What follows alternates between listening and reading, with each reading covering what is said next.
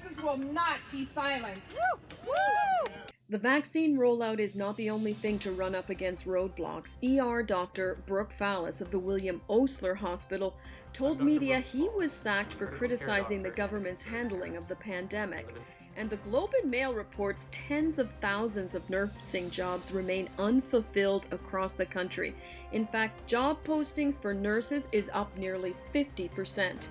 And some nurses across Canada are seeing things they don't agree with, and they're speaking out about it. But that's not being well received by some hospitals. NICU nurse Kristen Nagle and long-term care nurse Sarah Chou-Jou-Nain are members of Nurses Against Lockdown. Context producer Kristen Yooo spoke with both nurses. You've been on the front lines in the nursing care community. What led you to start Nurses Against Lockdowns? Well, I really hate to see what's going on with my residents. They've been isolated, and we know that isolation is just as bad as stress for the overall health. And so that was a big concern for me.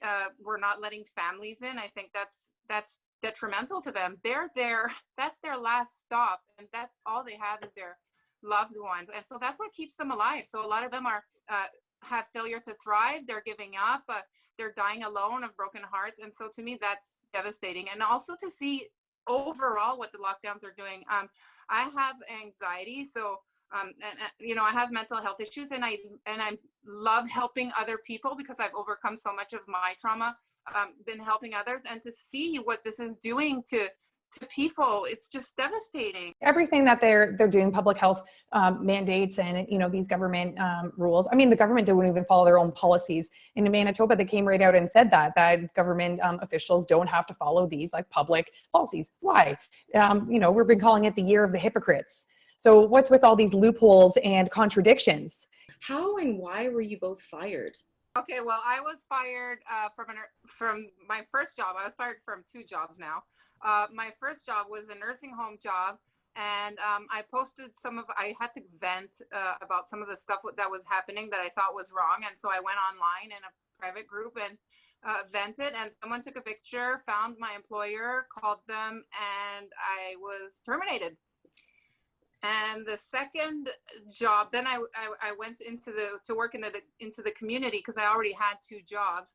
And but coming back from our Health and Freedom Summit in Washington, I was terminated from that job too. And so that's my story. Mm-hmm.